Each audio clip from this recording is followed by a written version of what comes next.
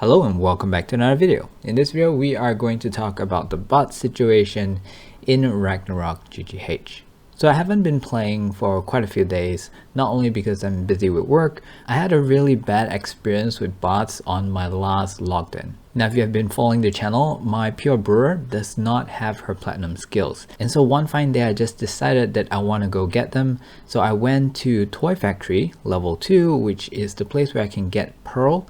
And it's one of the items required for the skill quest for my platinum skills. Little did I know that that map was infested with bots. Now to me, I feel like it's hard enough trying to level and hunt for items as a pure brewer, but now I have to compete with bots as well. But let's move back a little bit and talk about what exactly is a bot. Now bot is really short for robot, and it's really just a program that helps you play without you actually needing to be in front of the computer to play it. Since the game allows for multi-client, it's very possible that one person could have a few bots running around. When trying to identify a bot, I feel like it could be easy for some and hard for some. For the bots that I've met in Toy Factory level 2, besides all playing the same class, they also all attack the same way.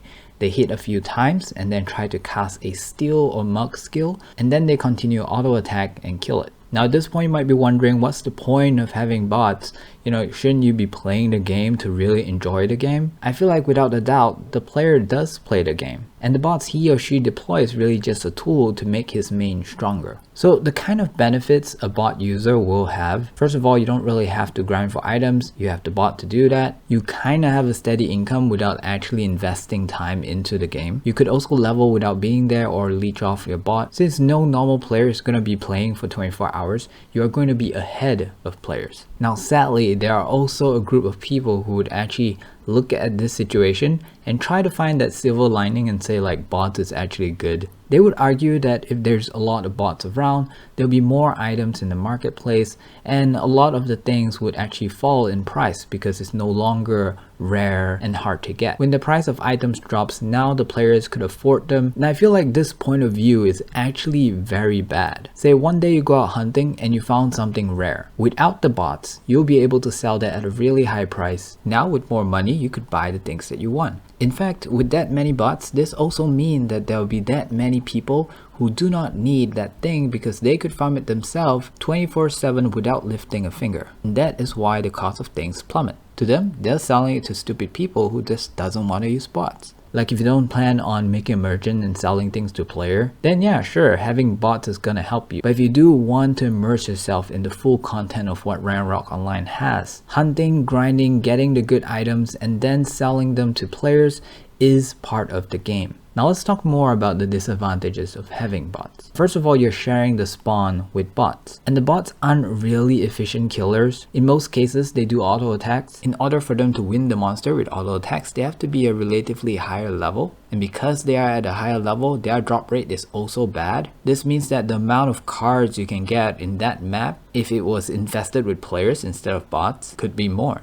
In the marketplace, besides lowering the price of the goods, I wouldn't be surprised if this keeps up that half of the merchants selling things are probably bot users trying to get rid of the things that they don't want. This also means that there will be more merchants than it would otherwise if there were no bots. This would make normal players trying to sell something hard because it's just harder for other players to find your shop. Another problem with bots is that they really make the competition between players becomes meaningless. Like, how much do you want to bet that the top few richest people in the game is probably assisted with bots?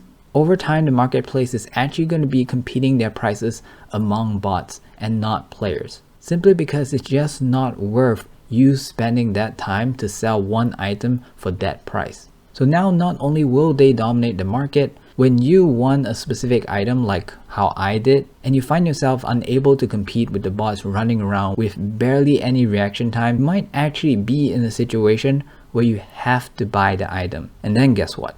You kind of have to buy it from the bots. So on that day at Toy Factory when I'm trying to get pearls, I've decided to inconvenience myself just to get rid of some of these bots. So while I'm there looking for monsters to kill, I recorded the gameplay and I make sure that I captured their names so that I could report them later. Okay, so a good 15 minutes have passed and I have a handful of names of botters that I'm ready to submit. I went over to Discord, hopped down to the bot report channel, only to find out that they disabled the channel for reasons in my opinion is because they couldn't keep up. Now I know they said that due to the influx of reports in this channel with insufficient information, but do they really have to disable the channel because of that?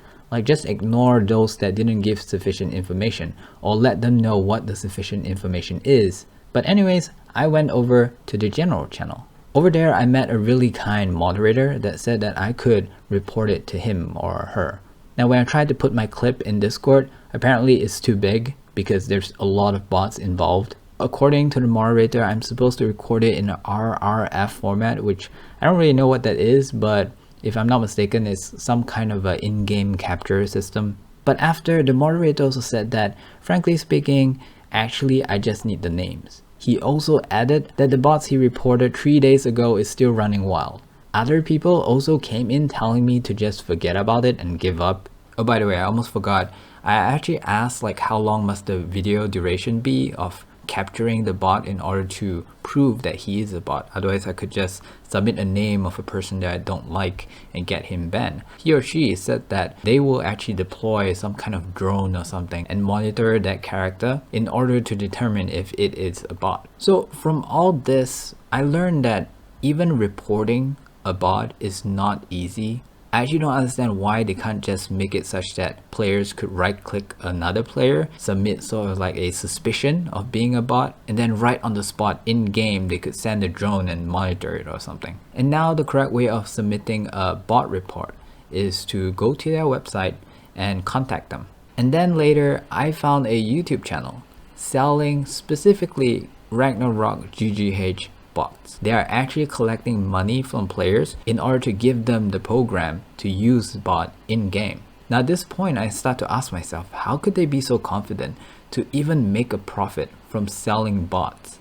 Given any other gaming industry, they'll probably shut down the channel, track down who it is, maybe even submit a lawsuit. Okay, I feel like this is a little bit paranoid, but who's to say that the people managing the game aren't profiting from this? Like, how do we know that they are actually not involved? Most gaming companies would engage a third party to run their anti-cheat system. For those who play Ragnarok online private server, you're probably aware of Jeepert Shield. So why didn't the Ragnarok Online GGH engage a third-party company to help protect them from bots and hacks? Were they really that confident that they could do it themselves? Did they not care that it would happen? So why would you launch a game without a solution to this big problem? Now I'm gonna let you guys be creative here and think for yourself, why is all this thing happening? Are they really that dumb? Also now with the bot report channel closed down, the bug report channel closed down, and even the scams report closed down, all submission is not going to be public. This means that they could really take their time to handle whatever issue you guys report because there's not going to be any pressure on them to fix things quickly.